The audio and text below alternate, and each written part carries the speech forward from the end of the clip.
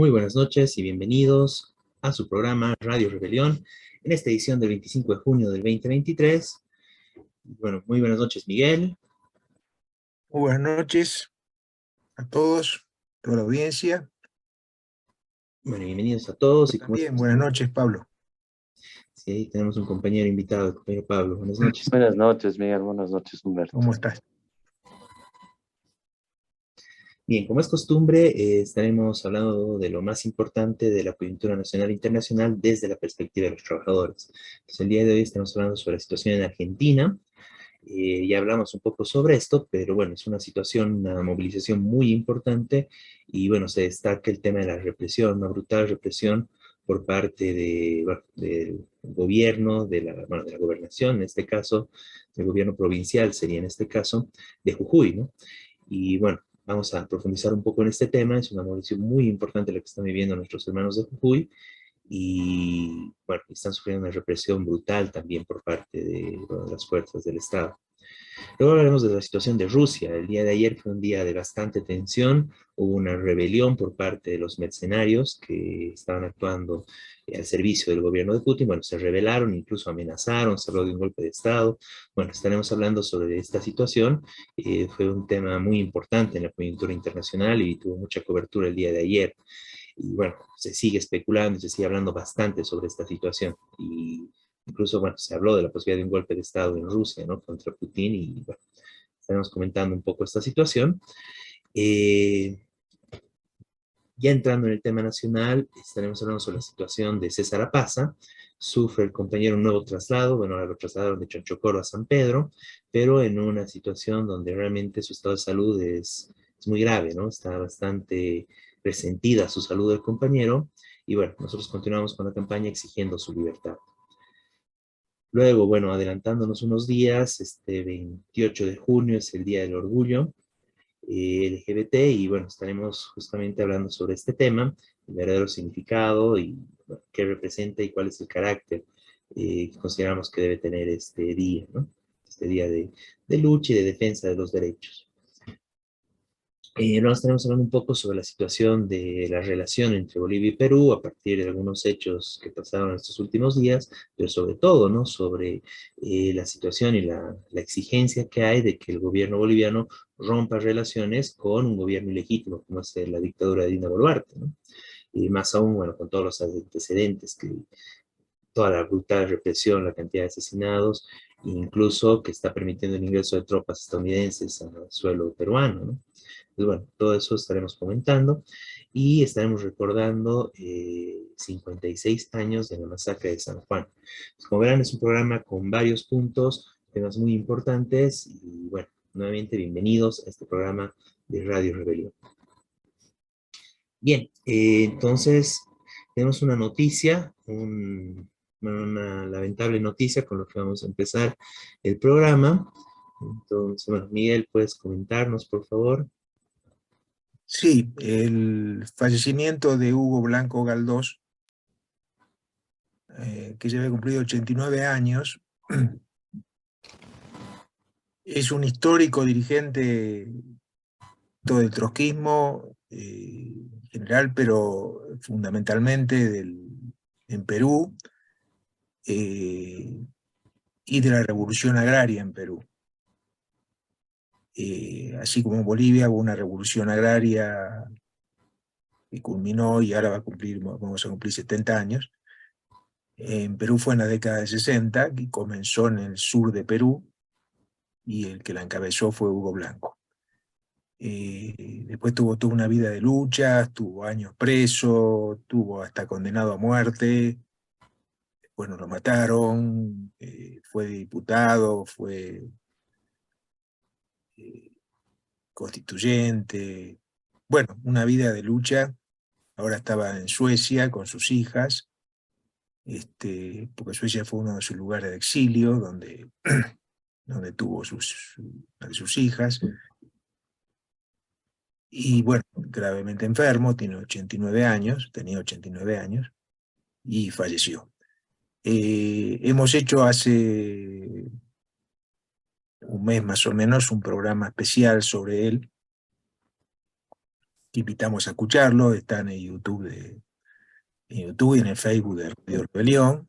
Después vamos a pasar el link por las redes nuevamente, pero cualquiera que entre al YouTube de Radio Rebelión lo puede ubicar, digamos, ¿no es cierto?, el programa donde hablamos de toda su trayectoria de lucha.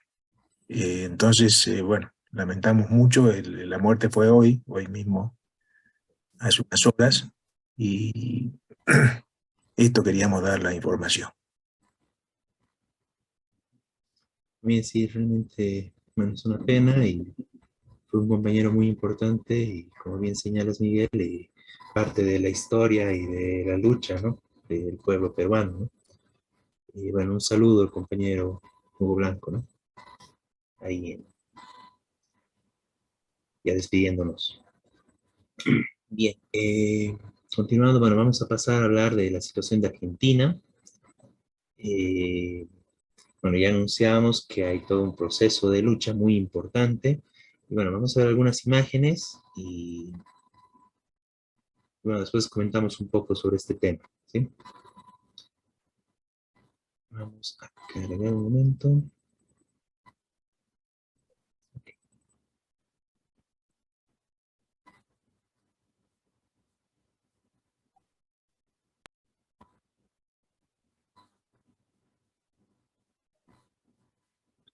Alerta en C5N, hay protestas en el corte de Perico y allí está cara a cara la gendarmería con quienes se manifiestan por sus derechos. Está Adrián Salonia en el lugar trabajando. Adri, te escuchamos.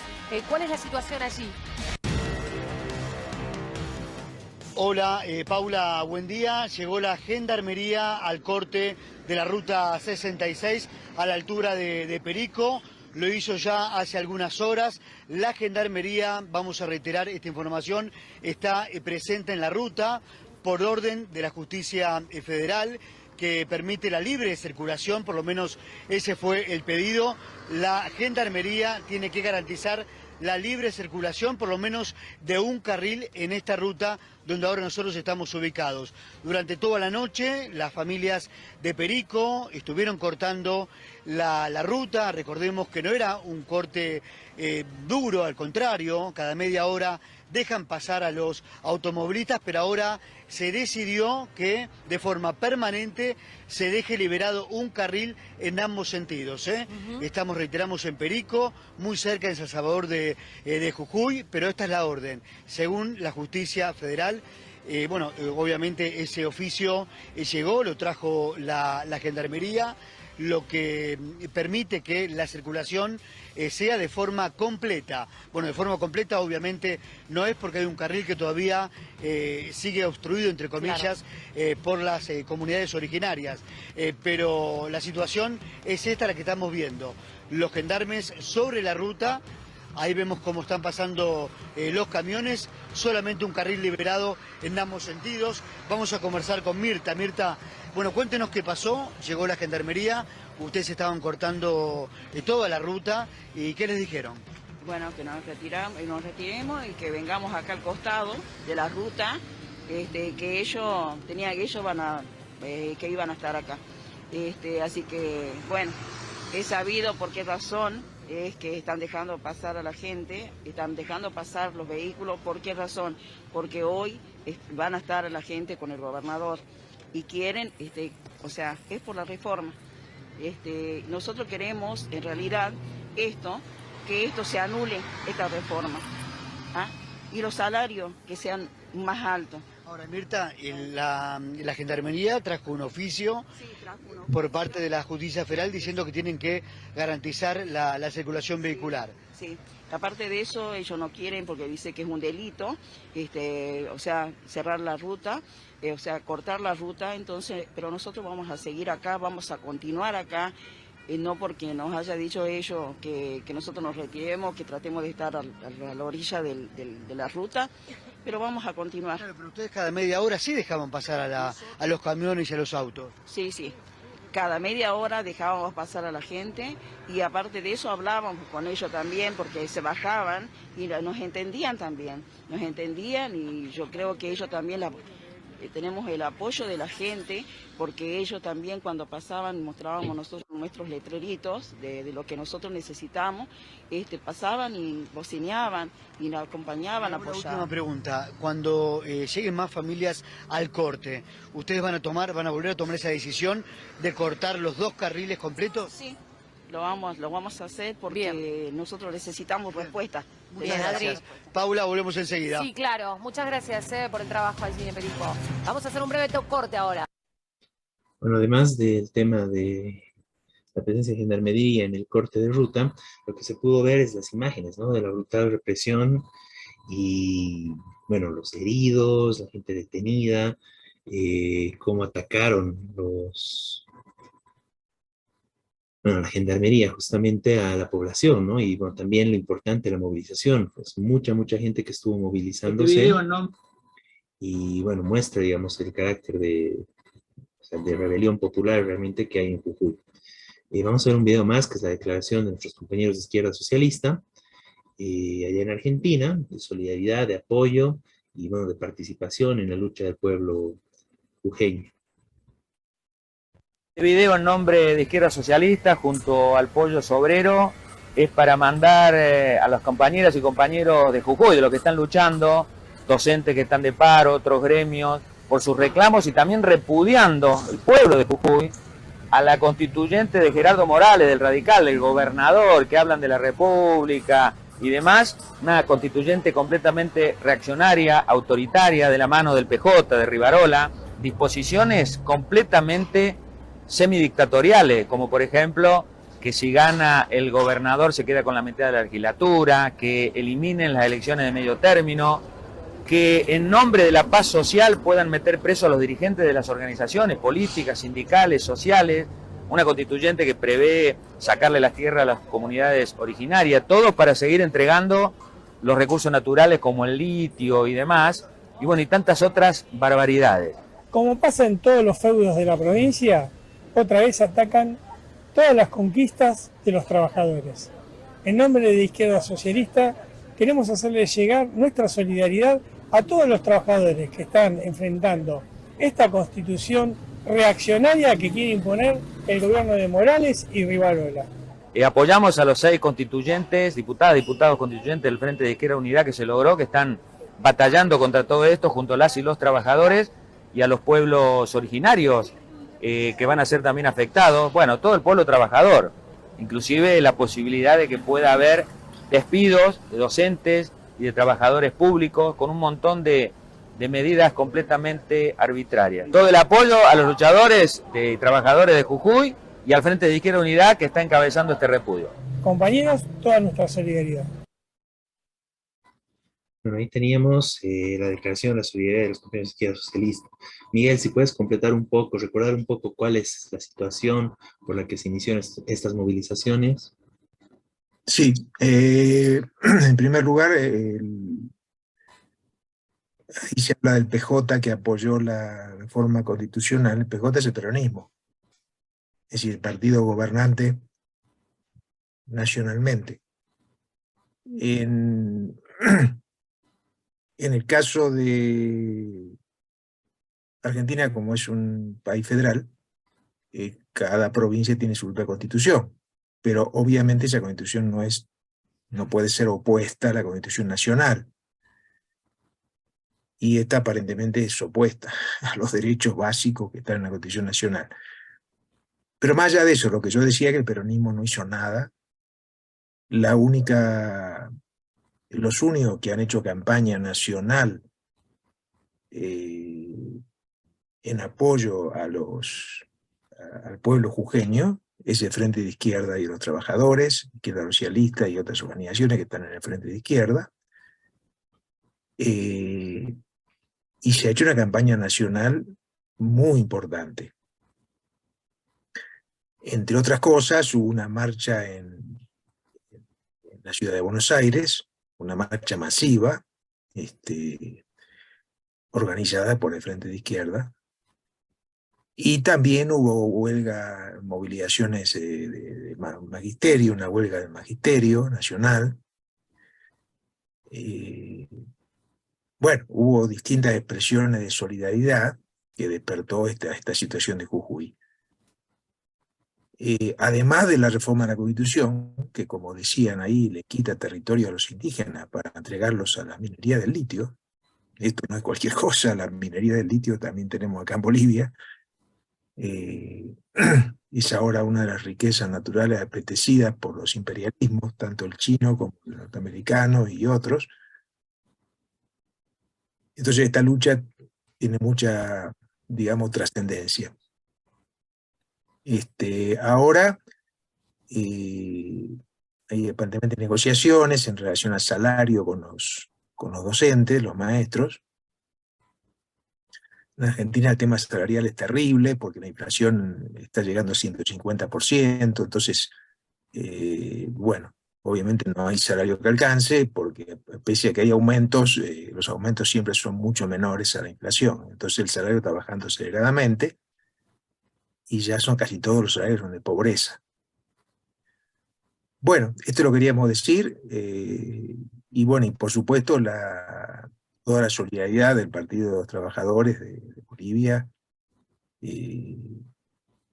con la lucha del pueblo jujeño, con la lucha del Frente de Izquierda de los Trabajadores, de Izquierda Socialista, por el apoyo al pueblo jujeño, porque, bueno, es una lucha que tiene mucho que ver con lo que pasa en toda la crisis que hay en todo el mundo, ¿no?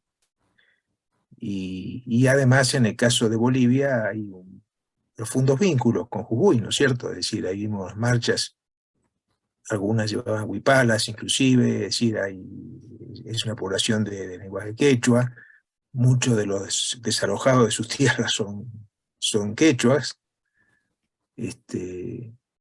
entonces hay una afinidad evidente con Bolivia, ¿no es cierto? Por eso esta lucha es muy importante apoyarla.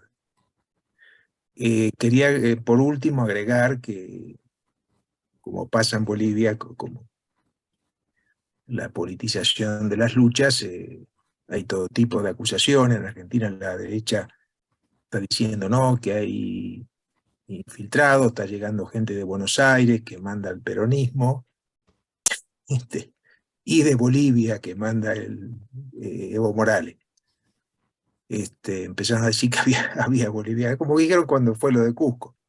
Obviamente esto es mentira, es un disparate. Bueno, en el caso del peronismo, como dije, apoyó abiertamente la reforma de la Constitución, entonces no está mandando nada.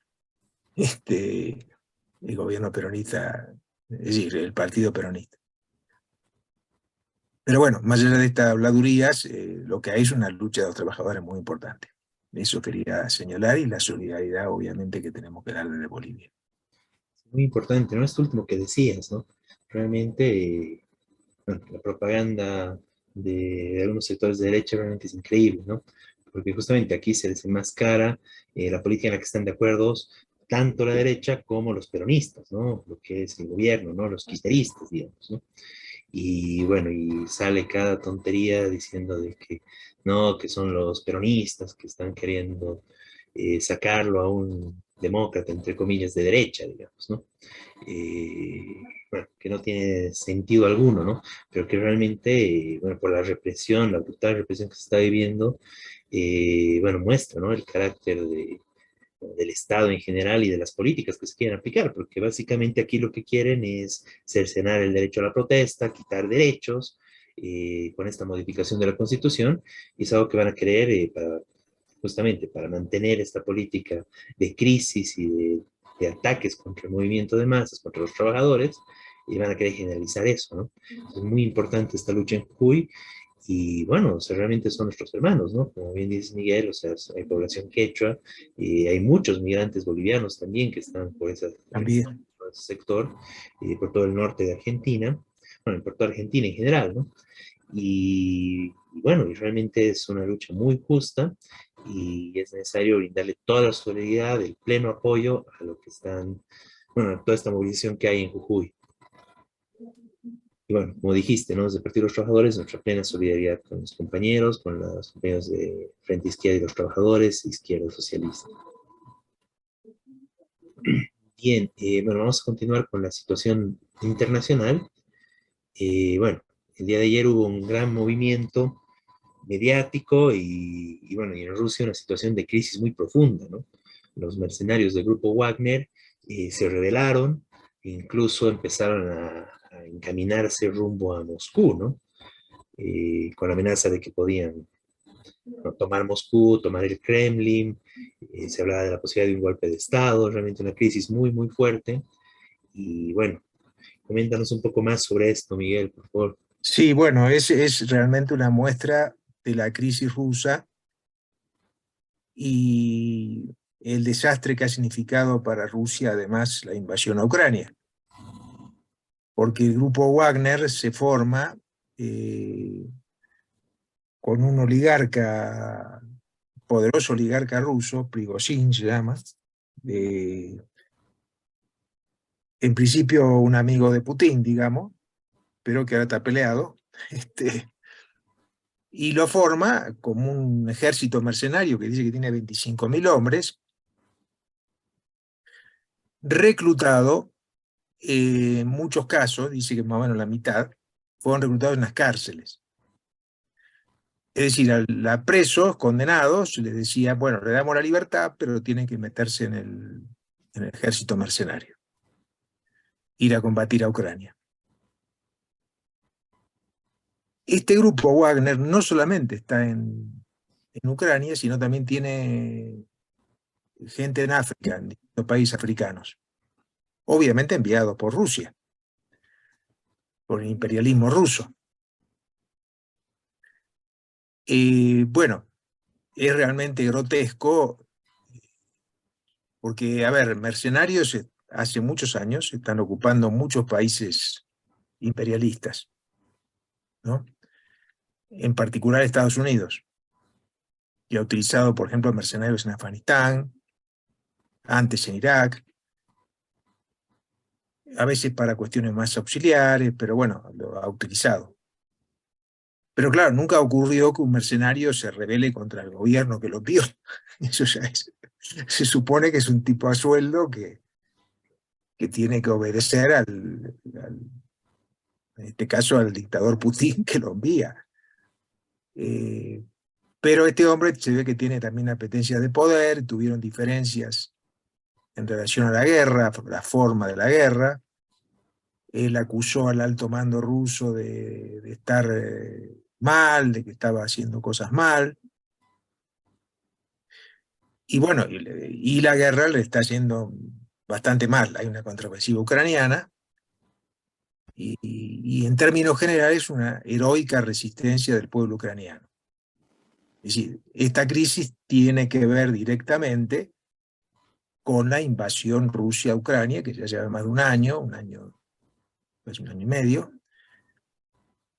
que Rusia pensaba que iba a durar 15 días o 30 días, pero evidentemente no pudo y ahora se están como retrocediendo, viendo qué hacen, y en ese camino ya hace un par de meses vienen en conflictos públicos, ¿no? No sé qué conflicto lo han tenido internamente, pero públicamente empezaron a criticarse.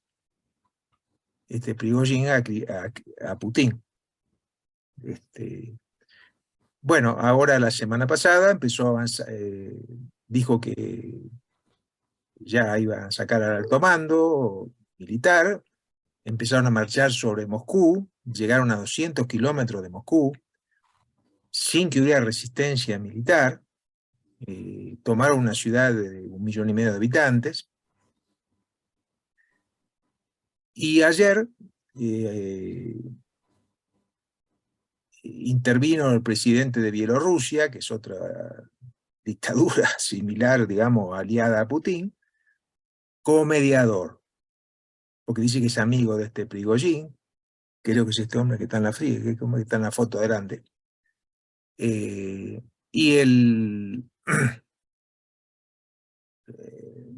bueno, aparentemente el acuerdo es que suspenderían por ahora la marcha sobre Moscú, y aparentemente, bueno, abrieron negociación. tampoco habría orden de captura, porque parece que tenía ya orden de captura el Prigozhin este. Bueno, como decía, todo esto muestra la profunda crisis del Estado ruso, del Estado imperialista ruso, que no puede ni controlar a sus mercenarios, que ya eso es demasiado. Es todavía difícil de prever para dónde va esta crisis. Aparentemente, como dije, hay una solución por lo menos temporaria, pero evidentemente hay un problema muy profundo con las Fuerzas Armadas, con el descontento de sectores de la población. También hay que aclarar, destacar que Prigozhin y los mercenarios obviamente no son ningún sector progresivo, ni están cuestionando a Putin por la invasión. Es decir, podría ser peores que Putin, digamos, si tomaran el poder, como aparentemente querían. Que parece difícil, evidentemente, porque 25.000, estamos hablando de un país grande, con fuerza armada bastante poderosa, proporciona 25.000 mercenarios, pero, como dije, hay una crisis militar, política. Veremos cuál sea el rumbo. Aparentemente por ahora hay un acuerdo de que cese del fuego y se volverían los mercenarios a Ucrania donde estaban. Bueno, también lo otro que muestra es que evidentemente Putin llegó allá como un callejón sin salida en la guerra de Ucrania, y bueno, y que es un régimen imperialista dictatorial, que se maneja con fuerzas, como dije, mercenarias, expresos, algunos asesinos, digamos, este es el mecanismo que estaban utilizando, no solamente de este grupo Wagner, ¿no? También tenían, por ejemplo, mercenarios chechenos, que es otra nacionalidad del interior de Rusia, y habían reclutado también unos cuerpos mercenarios muy fuertes, Todo esto porque los mismos soldados rusos, que obligaron a incorporarse, muchos no querían ir, otros escaparon. Entonces con los mercenarios esperaban reforzar su ofensiva militar.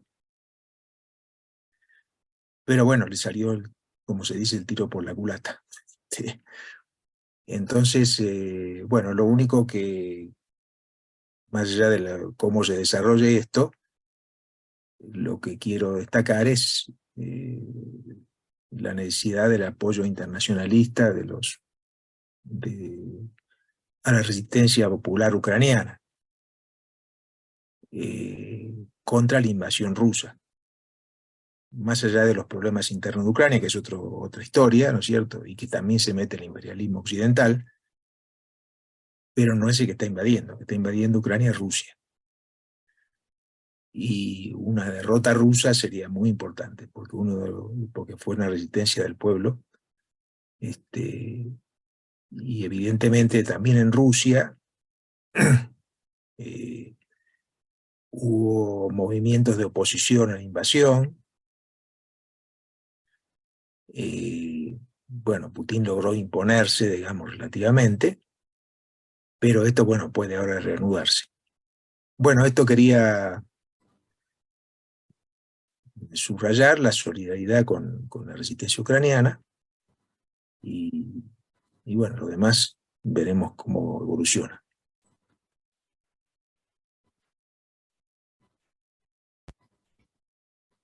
Bien, gracias, Miguel. Y no, sí, realmente fue una muestra, ¿no? Evidentemente la crisis que hay en la misma Rusia, producto de toda la invasión y de todo esto, ¿no? Obviamente una situación de ese tipo genera bastantes problemas, bastantes dificultades en general en la población, ¿no? Y justamente, ¿no? Uno de estos mercenarios eran de los grupos más radicalizados, ¿no? Que exigía más, que se avance más, que se destruya más a Ucrania, ¿no? Una cuestión también que me llamó mucho la atención respecto a este tema fue que Putin incluso levantó el nombre de la Revolución de Octubre de 1917, ¿no? Diciendo de que no querían que se repita esto, ¿no? Y que por eso no los iban a reprimir, y que querían dialogar, y que querían evitar una guerra civil, incluso se hablaba, ¿no? Igual, con formas medio generales, sin decir claramente los nombres ni nada, ¿no? Pero o sea, realmente no tienen noción alguna de lo que fue la revolución de 1917, ¿no? Y pues, justamente aprovechan esto para calumniar más a ese proceso revolucionario de Rusia, y donde hoy en día no tiene nada que ver con eso, ¿no? Estamos hablando de un Estado imperialista, de un capitalismo justamente con oligarcas, ¿no? Que vienen a ser los grandes empresarios rusos, que son los que manejan y deciden los destinos de Rusia, ¿no? Y son los que se están beneficiando y, bueno, buscan beneficiarse con la invasión de Ucrania, ¿no? Y, bueno, en ese sentido, bueno, plenamente de acuerdo, Miguel, todo el apoyo y la solidaridad a la resistencia ucraniana, y, bueno, evidenciar que este tipo de crisis, este tipo de problemas, son producto de, bueno, de la debilidad, de la crisis que está atravesando, bueno, en este caso el imperialismo ruso, ¿no?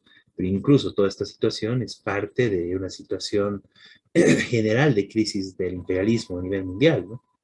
O sea, del corazón del imperialismo que es Estados Unidos, de todo el sistema, que justamente su incapacidad, su crisis de dominación, su incapacidad de solucionar los problemas a nivel mundial, están generando una serie de problemas que se le escapan de las manos y que, bueno, muestran todo tipo de... Bueno, nuevamente estamos en una situación de este tipo de guerras aberrantes, ¿no? Y que, bueno, lastimosamente se preparan incluso más de estas cosas, ¿no? Ok, bien, ya entrando al tema nacional, bueno, más adelante vamos a tener una invitada para hablar sobre el tema de César Apaza, y bueno, ahora entonces vamos a pasar a hablar de este 28 de junio, ¿no? El Día del Orgullo, que, bueno, se celebra, va a haber manifestaciones en todo el mundo, hay los desfiles, las marchas, y bueno, para esto tenemos al compañero Pablo como invitado para comentar un poco sobre esto y, bueno, el carácter de este importante día, ¿no? ¿Estás por ahí, compañero Pablo? Sí, sí, ¿cómo están, compañeros? Buenas noches a toda la audiencia. Bueno, yo por mi parte, primero, lo que significa ser una diversidad sexoafectiva, ¿no? Del colectivo LGBT no es algo que pasa sencillamente porque cayó del cielo. No viene del plano de las ideas, porque fueron luchas históricas contra hegemonías, fueron también grupos subalternos que se rebelaron contra el status quo que había en esa época, ¿no? Adicionalmente, el reconocimiento de lo que es una diversidad sexoafectiva o de género, en el caso de los compañeros y compañeras transgénero, son personas que de alguna forma, o sea, piden una inclusión social, pero bueno, yo creo que no solamente basta la inclusión social, sino también hablar más de libertades que sean fácticas, que se puedan realizar, libertades positivas, cosa que no ofrece el sistema actual. El sistema actual sencillamente se basa en reconocerte como una subjetividad y nada más.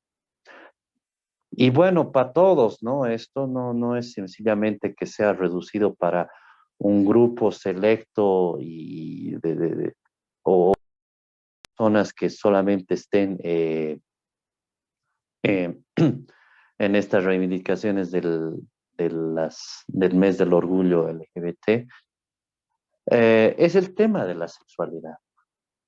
¿En qué sentido? Que en este sistema que vivimos, el sistema de producción capitalista, ¿no? Basado en el capital, hemos vuelto la sexualidad, primero la hemos separado de lo afectivo, de algo que nos vinculaba en esas relaciones sociales, porque no solamente existen relaciones sociales productivas, que también se han destruido, sino relaciones sociales afectivas, y por qué no decirlo sexoafectivas, que se han ido destruyendo en el tiempo, ¿no?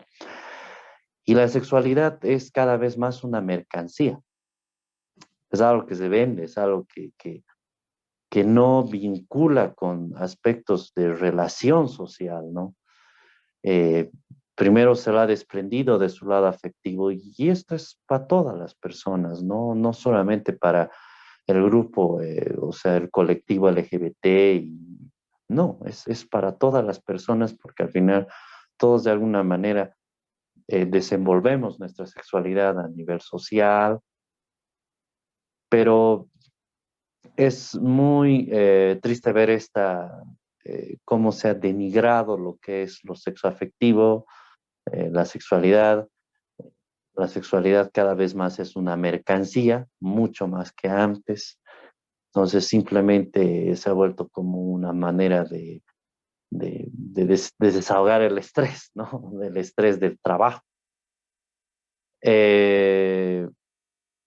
Hay que recuperar estos espacios, hay que recuperar estos espacios, hay que volverlos a traer, hay que volver a hacer de que las personas tengan relaciones sociales, que tengan también relaciones con significado, con afectividad, con sexualidad, con todos los elementos, porque si nosotros nos vamos muy a la exaltación de solamente lo físico, es un desastre.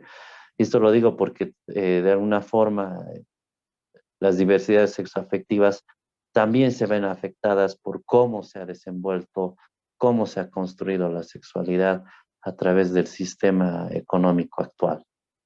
Entonces yo incito mucho a recuperar estos espacios, a recuperar una nueva dimensión de la sexualidad.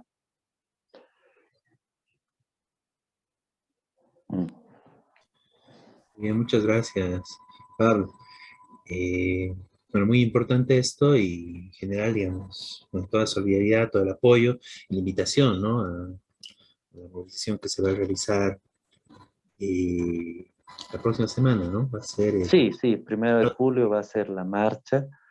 Es una marcha que en realidad ha comenzado primero en los Estados Unidos, ¿no? Que fueron grupos subalternos bastante influidos por una escuela que tuvo una influencia marxista, que era la escuela de Frankfurt, ¿no? Hay que recordar eso, que en la filosofía práctica, la filosofía subversiva, es en la que se ha podido incluir estos grupos sociales por los años 60 y 70, y ya después fue ganando más derechos en el mundo, ¿no? Hay que defender también estas situaciones porque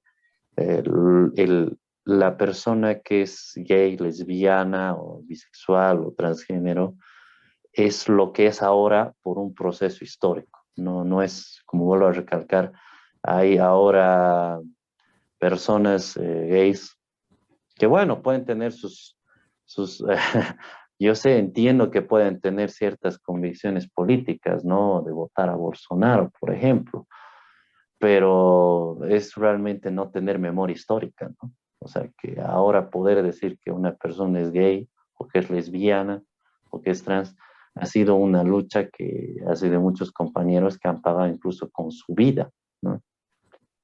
Y la amnesia histórica hace de que los pueblos no repitan la historia, ¿no? De una manera absurda. Muy bien, muchas gracias, Pablo. Y muy importantes estas reflexiones y realmente es necesario, digamos, darle ese carácter, ¿no? Recuperar, digamos, los orígenes y ese planteamiento para, no de lucha, ¿no? Además de la reivindicación de los derechos, una lucha que termina además rompiendo con muchos aspectos de este mismo sistema, ¿no? Y ese fue el carácter inicial, ¿no? Bueno, muchas gracias y bueno, todos invitados a apoyar y ser parte y solidarizarse este 1 de julio, que será la movilización acá en Bolivia. Y bueno, a nivel internacional igual se harán distintas marchas, distintos movimientos, algunos más de un carácter de celebración y en otros casos más con un carácter combativo, ¿no? En ese lado es en el que estamos. Exacto. Gracias. Bien, muchas gracias, Pablo. Bien, continuamos. Bueno, vamos a hablar brevemente de la situación de la relación entre Bolivia y Perú. Y bueno, hablar un poquito de la situación de Perú, ¿no? Actualmente, bueno, continúa el rechazo popular al gobierno de Dina Boluarte. Obviamente las movilizaciones ya frenaron hace tiempo, pero siguen habiendo de una u otra forma nuevas expresiones de rechazo y repudio a este gobierno, ¿no?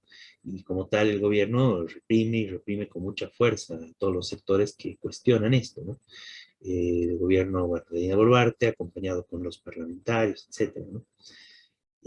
Toda la corrupción, los empresarios, los medios de comunicación que también se vieron en todo esto, ¿no? Justamente estos últimos días reprimieron incluso algunas expresiones artísticas, ¿no? Y incluso alguna movilización que hubo, algún desfile que hubo, donde mostraban los nombres de todas las personas asesinadas por este gobierno, que, bueno, el gobierno fue y reprimió, ¿no? Y no dejó participar en esto. Y bueno, el aditamiento en general de estos últimos días es que han invitado y están permitiendo en Perú que haya el ingreso de tropas estadounidenses, ¿no? Eh, y eso, bueno, eso es bastante grave, ¿no? Bueno, se da en varios países, las bases militares estadounidenses, en Colombia, en varios lugares, y bueno, este gobierno dictatorial en Perú está, bueno, reproduciendo lo mismo, ¿no? Y es una forma de garantizar que hay ese respaldo en contra de la movilización popular, ¿no? Bueno, eso merece bastante repudio, ¿no? Además de esto, digamos, como Bolivia, tenemos en general, bueno, varios problemas con este gobierno, ¿no? Desde las acusaciones, las falsas acusaciones de que está llevando armas, incluso tropas prácticamente de Bolivia a Perú en los momentos de las movilizaciones, con lo que trataban de deslegitimizar las movilizaciones, justamente planteando de que sería como una, casi como una invasión boliviana a Perú, ¿no? Y planteando, y bueno, en realidad lo hicieron, ¿no? Movilizaron tropas para reprimir al pueblo peruano, pero con la excusa de reforzar las fronteras, etcétera, ¿no? Y algo, bueno, que al final el gobierno boliviano estuvo muy tímido en su respuesta a eso. Y bueno, y ahora continúa este tema con todo un problema, con la designación de la cónsul boliviana en Perú, la señora Patti del MAS, pero que no la reconocieron, que hubo problemas, que no se envió, y ahí hay una serie de ofensas, se habla de discriminación, etc. Pero aquí el problema de fondo en toda esta situación es por qué el gobierno boliviano mantiene relaciones con un gobierno de este tipo, ¿no? Que ha asesinado a nuestros hermanos peruanos, un gobierno dictatorial como el de Dina Boluarte, y cómo es posible que, bueno, mantenga ese tipo de relaciones en el marco de todos los insultos, todo lo que, las acusaciones gravísimas que se ha hecho, ¿no? Y es necesario recalcar eso, ¿no? O sea, Bolivia debería romper relaciones con el gobierno de Dina Boluarte hasta que se restablezca un gobierno con legitimidad popular en Perú, por lo mínimo, y en general debería ser una campaña internacional exigiendo que los otros gobiernos con los que hay, supuestamente tiene buenas relaciones, más los otros gobiernos que se reivindican de izquierda, etcétera, deberían hacer lo propio, ¿no? Colombia, Chile, Brasil, Argentina, todos esos gobiernos que se reivindican de izquierda, etcétera, etcétera, pues sabemos que no lo son, pero a todos estos se debería exigirles que tomen ese tipo de medidas, un tipo de aislamiento que era lo que necesitaba el pueblo peruano para lograr triunfar en su lucha y echar abajo a ese gobierno que, bueno, básicamente representa los intereses de la oligarquía peruana, de los grandes empresarios y de toda la corrupción generalizada en el aparato político de Perú, ¿no? Entonces, bueno, recalcar eso, ¿no? La necesidad de la ruptura de relaciones y la exigencia, ¿no? Es lo mínimo que este gobierno tendría que hacer, el gobierno actual en Bolivia, de cara a la situación que hay con la dictadura en Perú, ¿no? Con este gobierno de facto de Dina Boluarte, ¿no? Miguel, ¿quieres comentar algo más sobre este tema? Sí, agregar, obviamente es un gobierno ilegítimo totalmente. Primero que subieron mediante una votación del Parlamento, la Boluarte era la vicepresidenta del presidente Castillo, pero luego lo destituyeron a Castillo, pusieron a la Boluarte aliada a la derecha. Pero más allá del trámite este bastante irregular, que algunos califican de golpe, bueno, se puede discutir porque también Castillo intentó disolver el Congreso, pero al margen de esto, lo real es que fue repudiado por la inmensa mayoría de la población. que solo se impuso por la fuerza, digamos, por tener apoyo militar y por alianza con los partidos con la derecha. Y porque del lado popular no hubo una dirección unificada que pudiera encabezar esta lucha, llevarla a un triunfo, ¿no? Que hubiera sido posible totalmente. Porque como dije, era la mayoría de la población que estaba en contra, que está en contra. Ahora se abrió una situación, digamos, de relativa, es decir, no hay la movilización que hubo en los primeros meses del año, pero el repudio sigue, sí, obviamente no puede estallar de vuelta. Entonces sí, correspondería que ante un gobierno totalmente ilegítimo, que además mete tropa norteamericana, el gobierno boliviano rompa relaciones. Y sería lo más elemental y una muestra así de solidaridad, en este caso, con el pueblo peruano, y no las mentiras que dijo el gobierno peruano, el gobierno de Boluarte. Eso.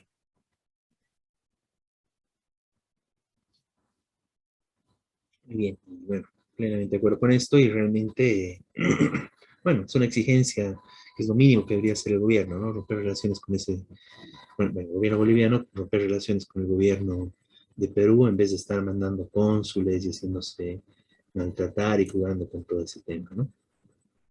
Bien, teníamos una invitada para el tema de César Apaza. Bueno, entonces podemos esperar un momento más y podemos hablar de la masacre de San Juan, ¿no? Claro. Bueno, se cumplen 56 años de la masacre de San Juan, un hecho histórico, bueno, muy importante en la historia del país. Y bueno, vamos a ver un poco unas imágenes respecto a este tema y de ahí comentaremos un poco más acerca del mismo.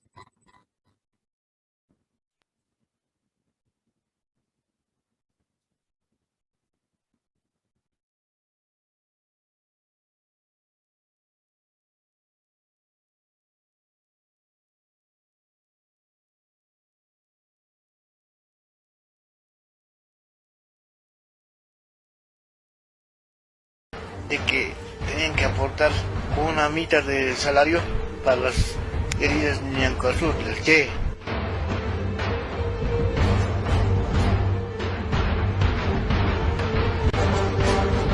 La esperanza de un mundo mejor, la imagen por la cual vale la pena arriesgar la vida, sacrificarse hasta la muerte en los campos de batalla de todos los continentes del mundo. Y han entrado, han rodeado todo.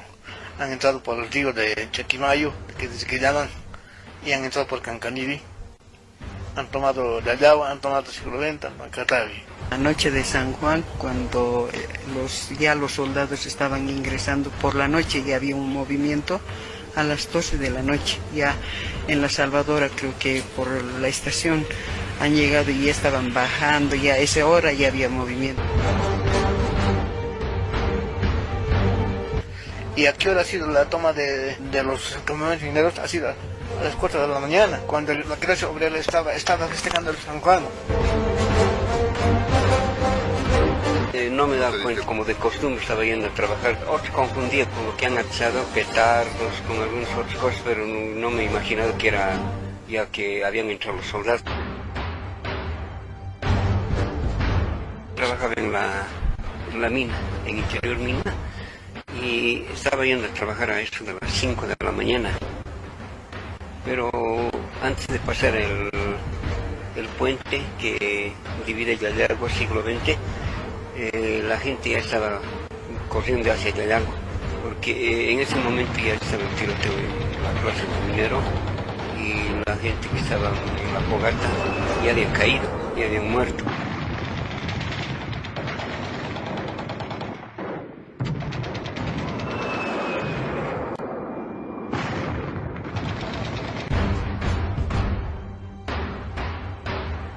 Justo donde los baños se para bajar a la matanza, a la mina no me sabían bajar. se bajaron los dos, ahí sí lo han dado, ahí le han disparado, y agarraron en la frente.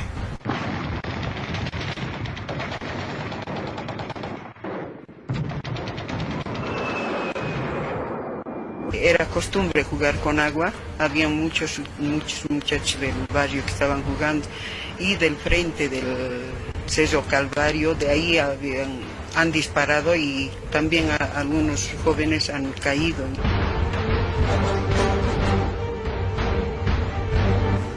La señora vivía en la Yagua, del río Seco, al frente. Llegó, han disparado una bazooka. Y la bazooka justo llegó a medias de la casa y lo ha sacado del estómago toda la bolita. Un mortero ha llegado donde las carcachas también a uno de los vecinos le ha llegado y ha muerto el vecino que teníamos.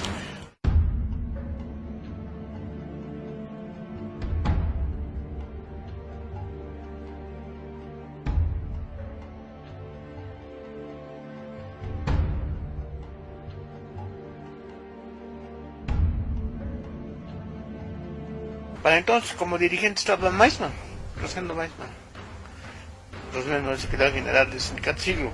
Donde en el sindicato empezó a tocar la sirena y han empezado a corretear los disparos.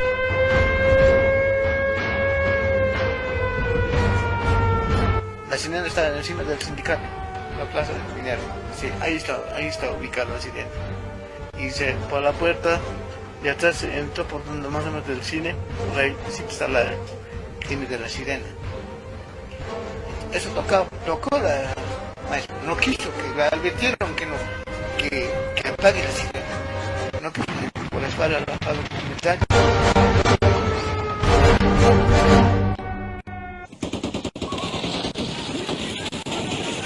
La gente dispersada, como estaban haciendo sus fogatas, ya estaban otros mareados y han empezado a ir por la alarma de la sirena, han ido al sindicato, donde ya la gente estaba gritando y había ya disparos, donde mucha gente ya había caído todo y han empezado a correr, han tomado la emisora. ¿Qué pasa, carajo? ¡Dispara! ¡Dispara, carajo! ¡Mira, los mineros están corriendo por ahí! ¡Disparar! Es que soy del siglo XX. ¿Cómo voy a disparar? ¡Dispara, carajo! ¡Tocando allí! No puedo, no puedo. ¡Carajo! ¡Estoy apuntando con mi revólver! ¡Dispara! ¡Te mereces esto!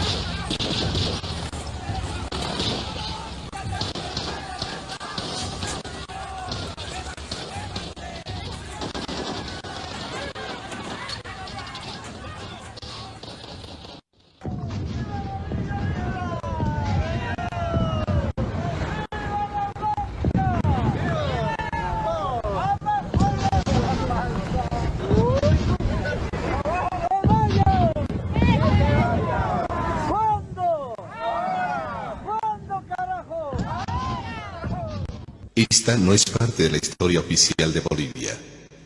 Ocurrió en los centros mineros del siglo XX, Catavi y La Yagua, el 24 de junio de 1967, durante el gobierno de René Barrientos Ortuño.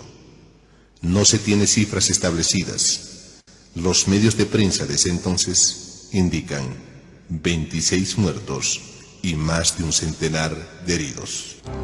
Red Pío XII.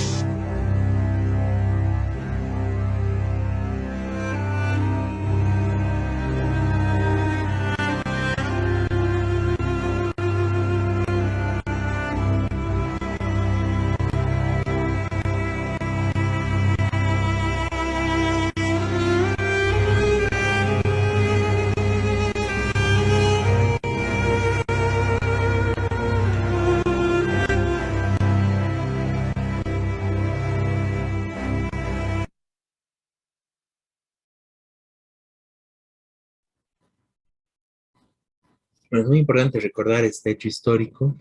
Y bueno, Miguel, ¿quieres comentarnos algo Bueno, más? brevemente, para asociar a lo que estaba pasando, que también era la guerrilla del Che. Toda la intención del gobierno de Barrientos, la dictadura de Barrientos, obviamente era impedir una conexión entre la guerrilla del Che y el movimiento minero, que era posible. Los mineros habían votado solidaridad con la guerrilla y se planteaban derrocar la dictadura. Eso ha tratado de ser borrado. Bueno, muchos tienen otro relato histórico, pero eso fue exactamente así. Yo personalmente estuve en el 71 en las minas y estaba muy presente en los mineros. Por un lado estaban los retratos del Che, y por otro lado este relato de cómo ellos habían votado, dar una ayuda, incluso enviar gente a apoyar a la guerrilla. En el marco de la lucha contra la dictadura, obviamente. Bueno, entonces este recuerdo esta mención es muy importante, digamos, fue de hecho uno de los episodios más terribles de la dictadura de Barrientos y que marcó toda una época, ¿no es cierto? Bueno, esto quería agregar y creo que podemos pasar ya al tema César Apaza, que es el tema. Yo quería comentar un poquito sobre este tema de la masacre de San Juan, que estos últimos años ha estado, bueno, campaña por parte de la derecha, justamente producto de que el gobierno reivindica al Che Guevara, el gobierno del MAS, sin tener nada que ver con el Che, ¿no? Y la derecha saca a reivindicar a los militares asesinos en contra de lo que fue la figura de Che Guevara, ¿no? Y claro, justamente acá en el tema de la masacre de San Juan se ve, ¿no? O sea, el carácter verdadero de estos militares, porque tratan de pintarlos como que defendían la patria, que eran quienes defendían la nación boliviana, ¿no? Pero en realidad está claro, digamos, que, bueno, meses antes de lo que fue el final de Che Guevara, en su momento estamos hablando de eso, en junio pasaron estos mismos militares y ese mismo gobierno a masacrar a los mineros, ¿no? A masacrar a la población, a los trabajadores bolivianos, ¿no?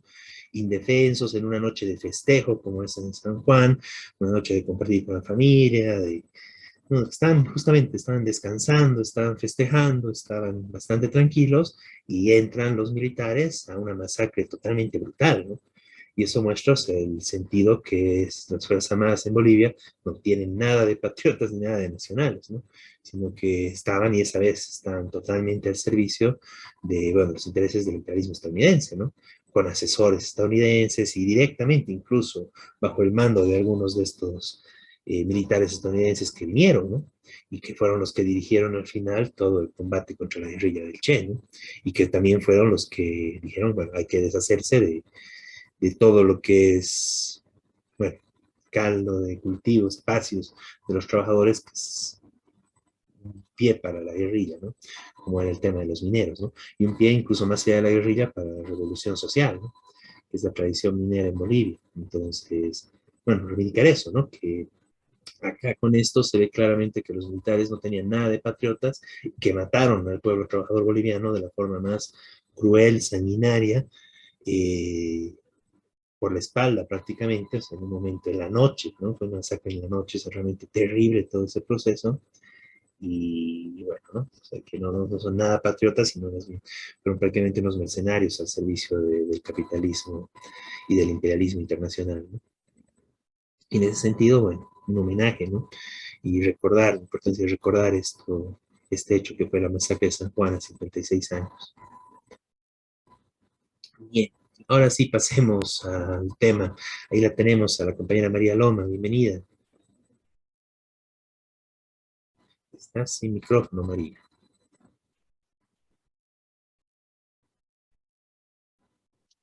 Muy buenas noches, Beto, Miguel. ¿Me escuchan?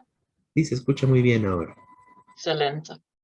Temas tan importantes a nivel internacional, a nivel nacional, a nivel histórico. Y bueno, tenemos una noticia que vale la pena comentar aunque brevemente porque el tema es muy grande, coca, narcotráfico, pero siempre hay personas que son víctimas, que son luchadores por un país justo, por una coca tradicional, por una lucha que de verdad merece nuestra atención, considerando una noticia última, si me puedes dar por favor la pantalla. Exactamente. Sí. Ya. Entonces vamos a ver un momento.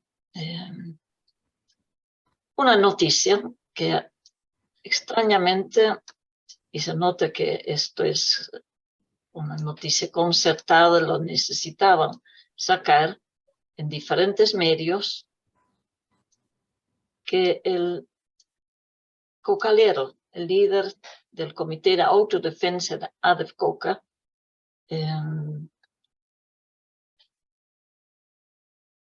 ha sido trasladado de la cárcel de máxima seguridad de Chonchocoro a San Pedro.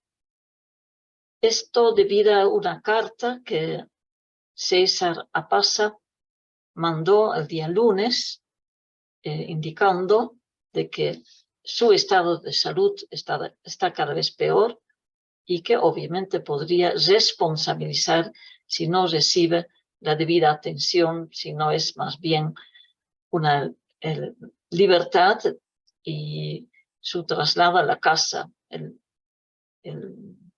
aprehensión domiciliaria.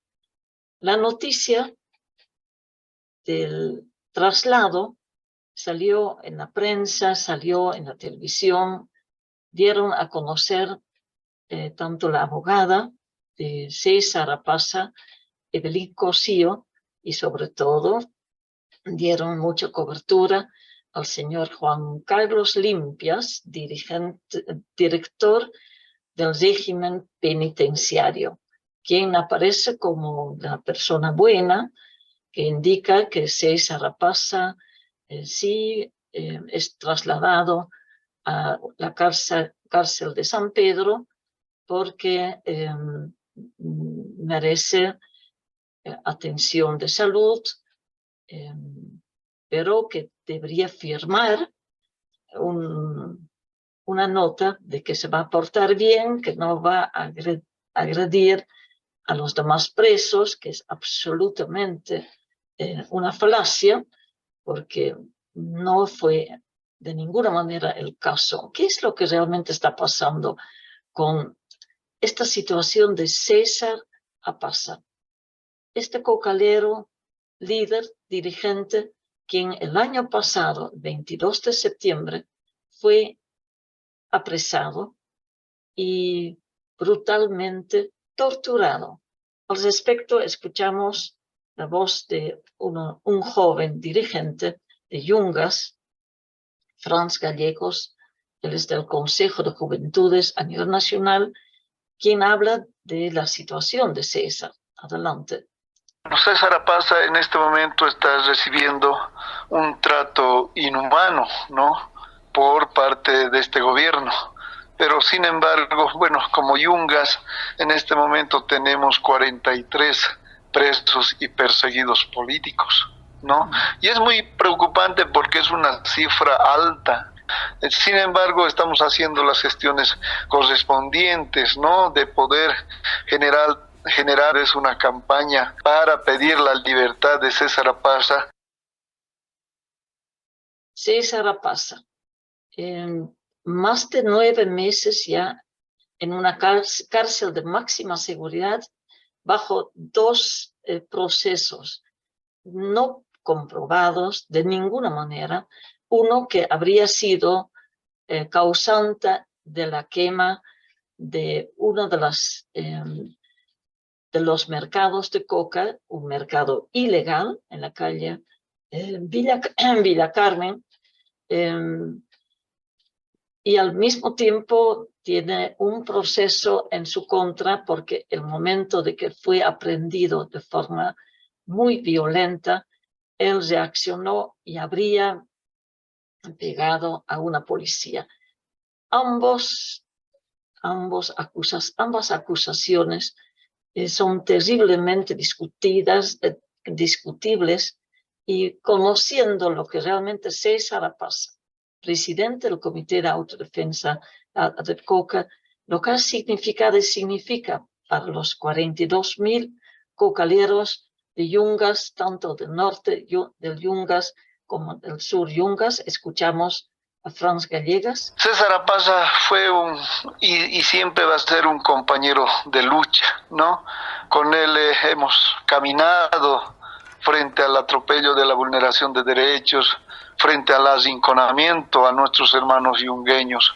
César Apaza representa para nosotros y es un ícono también de la lucha frente a la defensa de la hoja de coca, ¿no?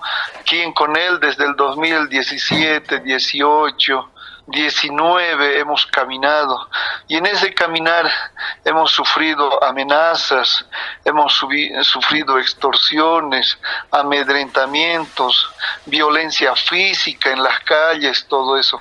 Pero sin embargo nosotros seguimos de pie. Lastimosamente nuestro hermano César está recluido sin pena ni causa alguna, no tiene hasta el momento ni sentencia ejecutoriada.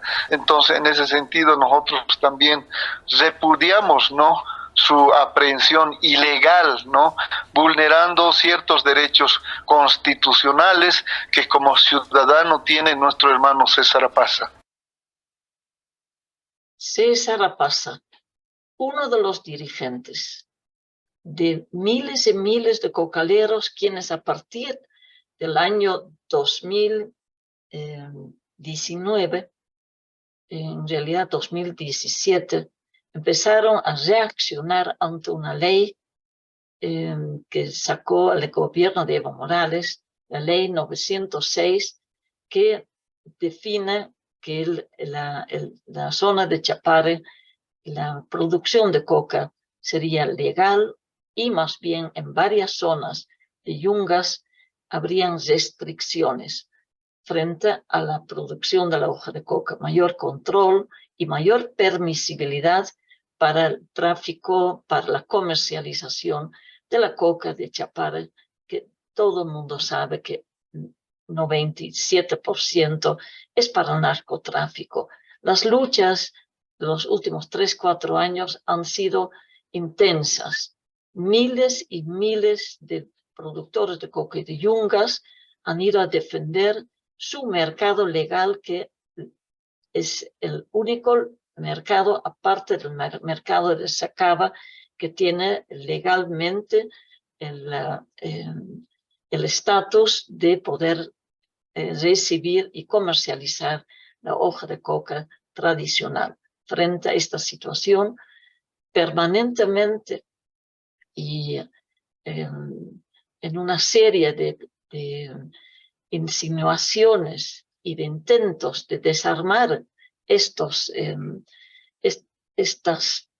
olas de protesta, Evo Morales, nombrando a dedo dirigentes que totalmente sin apoyo mayoritario, frente a los 20, 30, 40.000 productores, apenas sabía reunir 500 personas. Aquí le vemos al señor Alanes, un dirigente yunco del actual gobierno y del Evo Morales, del gobierno de Evo Morales. Esta situación ha llegado en cierto momento a la quema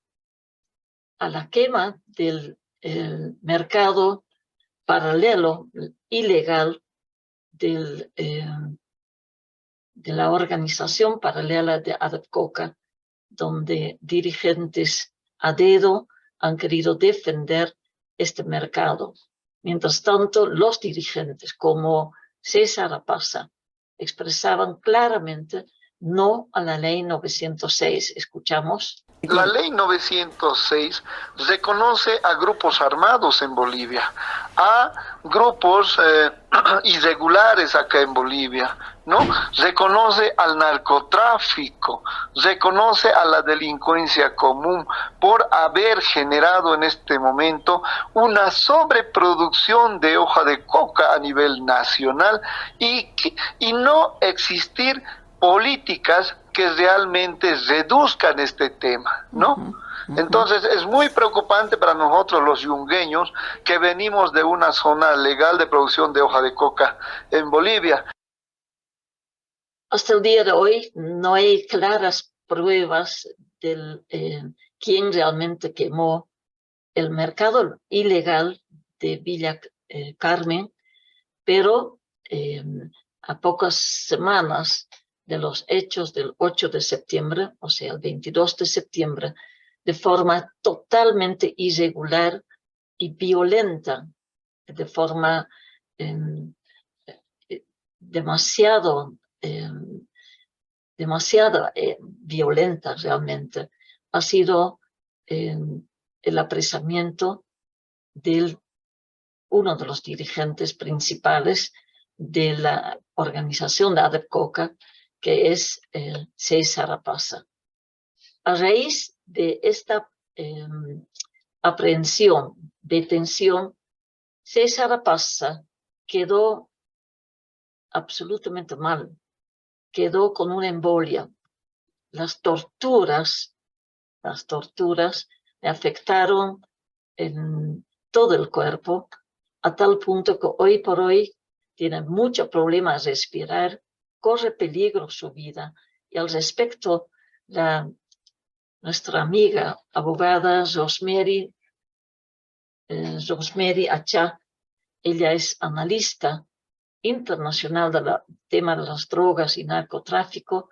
Ella critica profundamente al rol del defensor del pueblo, quien en vez de definir en su documento de 45 páginas de que se trató de una tortura a César Rapaza, y cuando hay esta situación hay acuerdos internacionales como Estambul, protocolos que definen que se tiene que constatar con diferentes pruebas de que hubo tortura, y entonces el tratamiento o el trato a este dirigente coherente hubiera sido diferente 9 meses atrás.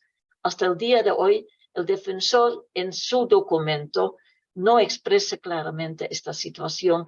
Se llega más o menos a decir que hubo un trato muy cruel y muy violento.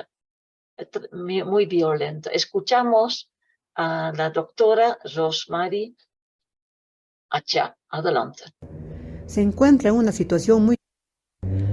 El dirigente cocalero de los Yungas, César Rapaza, se encuentra en una situación muy crítica de salud, encarcelado, pese a que tiene la mitad de su cuerpo con parálisis, no puede mover el lado derecho del cuerpo, no puede movilizarse sin ayuda, necesita usar pañales y tiene que recibir asistencia incluso para comer.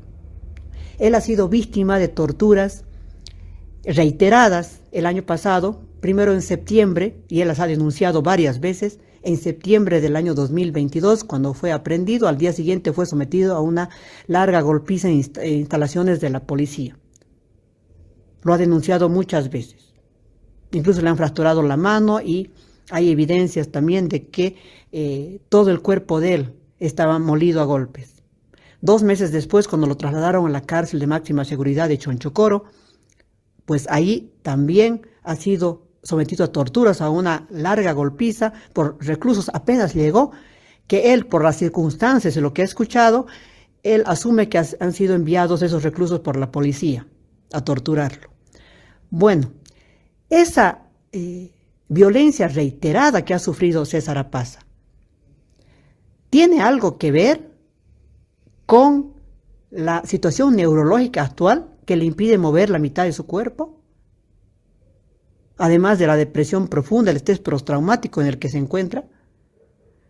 Bueno, Bueno, esto tendría que haberlo probado la Defensoría del Pueblo, para que así los tribunales tengan esos elementos que permitan que César Apaza pueda estar en libertad para recibir tratamiento en salud. Sin embargo, hace unos días, después de tantos meses, son casi 9 meses, la Defensoría del Pueblo, que es el Mecanismo Nacional de Prevención de la Tortura, ha emitido una resolución donde no señala si César Apaza, por las evidencias de la investigación, es o no víctima de tortura. ¿Por qué? Porque al parecer no se han cumplido todos los pasos que establece el Protocolo de Estambul para la investigación de las denuncias de tortura. Y esto lo tiene que hacer el Defensor del Pueblo, porque es el Mecanismo Nacional de Prevención de la Tortura en Bolivia. O sea, no solamente se circunscribe una investigación a hacer un informe médico y hacer entrevistas. También tendría que haber habido, en el caso de César Apaza, evaluaciones psicológicas que muestren las secuelas psíquicas de las torturas que ha sufrido. También evaluaciones neuropsiquiátricas, tomografías, exámenes de laboratorio. Hay una serie de exámenes, evaluaciones, incluso acudiendo a la neuroimagen, etcétera, que están recomendadas en el Protocolo de Estambul para establecer si la persona ha sido víctima de torturas o no, porque eso tiene secuelas. Y justamente lo que falta en la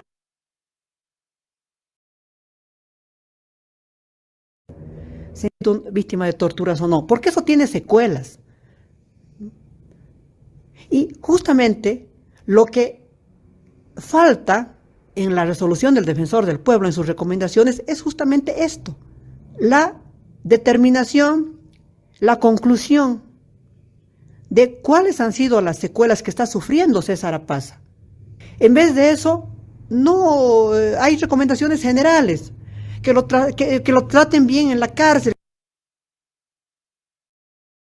Ahí se ve claramente en este traslado que de todas maneras es un paso a favor de la justicia, a favor de César Apaza, pero hay una serie de irregularidades que se está cometiendo desde el director del régimen penitenciario, desde el defensor del pueblo, que lejos de ser un defensor, que realmente está defendiendo al pueblo, parece 100% estar en función del gobierno.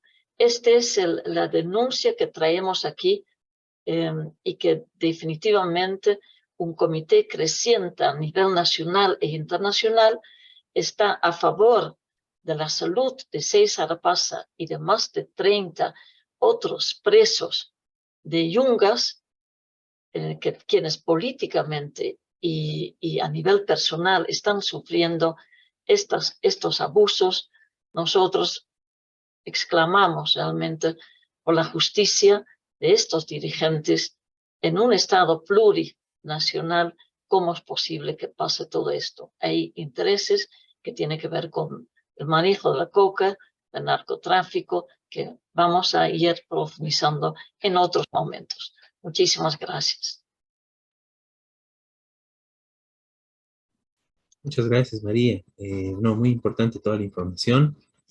Y bueno, realmente la situación del compañero César Apaza es muy grave, ¿no? Pero bueno, de una u otra forma, es que realmente es un desastre, ¿no? Porque producto de su situación, del mal estado de salud, bueno, ahora está en San Pedro, que bueno, es un lugar más accesible, donde va a tener más acceso a atención de salud, pero realmente es pues un desastre, ¿no? La atención y la forma en que ha manejado todo esto el gobierno. Así es, debería estar hace meses atrás libre. Además, no hay ninguna prueba realmente de que él ha estado involucrado en la quema. Es mucho más posible de que ha habido una autoquema, como en tantos otros momentos en los últimos años se ha visto autoatentados. Este es el tema, queridos compañeros de la radio, quería comentar hoy día. Miguel. Sino agregar en estos días, ya el 22 cumplió 9 meses de prisión.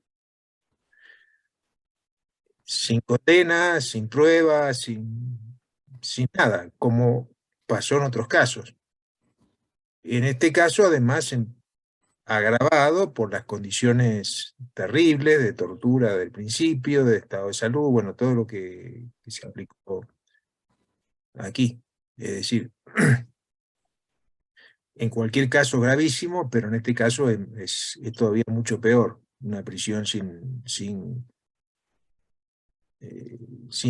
digamos, sin sentido real, sin pruebas, sin nada. Y resulta realmente sumamente peligroso lo que indica el director del régimen penitenciario cuando indica que cualquier cosa que ahora pasaría con la salud de César Pasa, esta es su responsabilidad. Si él llega a fallecer, entonces el hombre queda libre. Y esto en 80-90% de los medios de comunicación hay este enfoque, que es un enfoque manipulado, es un enfoque que viene de arriba, alguien les tiene que pagar para decir esto. Esto es la denuncia que traigo hoy día, pero no estoy sola, somos 40.000 productores de yungas, académicos también, defensores de derechos humanos. Estamos todos en esta línea de pedir justicia para César Pasa y los demás presos de yungas, productores de coca y de Apolo, y bueno, gente de base que podrían ser un peligro para el actual régimen. Les agradezco y seguimos en la brecha, queridos compañeros, colegas. Gracias. Bien. Muchas gracias, María. Gracias, Raúl. No, bueno, en esto último que decía María, en realidad, digamos, tiene que quedar claro, ¿no? El estado de salud actual de César Pasa es responsabilidad del gobierno, ¿no? Y si le llega a pasar algo, es responsabilidad del gobierno, ¿no? En sus distintos grados, ¿no? Pero hasta la presidencia, ¿no? Los ministros y, bueno, este señor responsable del régimen penitenciario. O sea, ellos son los responsables del estado de salud. César Pasa, antes de su detención, estaba en perfecto estado de salud, ¿no? Todos los problemas que tiene es producto de la detención, de la tortura, de todas las violaciones a sus derechos que se están realizando, ¿no? Y eso se tiene que punir de esa forma, ¿no? Se tiene que condenar de esa forma, y bueno, es necesario, ¿no? Que realmente todos los sectores asuman la lucha por la libertad de César Pasa y la defensa de este compañero como propio, porque realmente esto es un ataque contra todos nosotros, ¿no? Contra todos los que desde los sectores populares quieran pelear y quieran enfrentarse al gobierno, ¿no? Quieran cuestionar en general el actual estado de cosas en el país. Entonces es muy importante la defensa de César Pasa y, bueno, una vez más exigimos su inmediata liberación, ¿no? No sé si quieres comentar algo más, Miguel. No, ya insistir en esto, en la lucha por su liberación. Bien, entonces de esta forma concluimos el programa de Radio Rebelión de este 25 de junio del 2023. Ya nos veremos la próxima semana. Buenas noches, Miguel. Buenas noches a todos. Y bueno, ya nos estaremos viendo la próxima semana con lo más importante de la coyuntura nacional e internacional desde la perspectiva de los trabajadores. Muy buenas noches.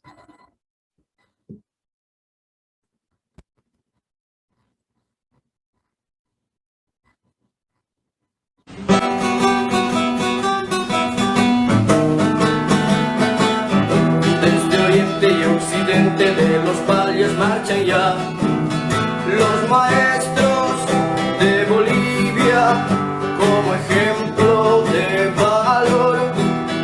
Los maestros de Bolivia como ejemplo de valor. Todos juntos lucharemos la canasta familiar. 100% jubilación, calidad de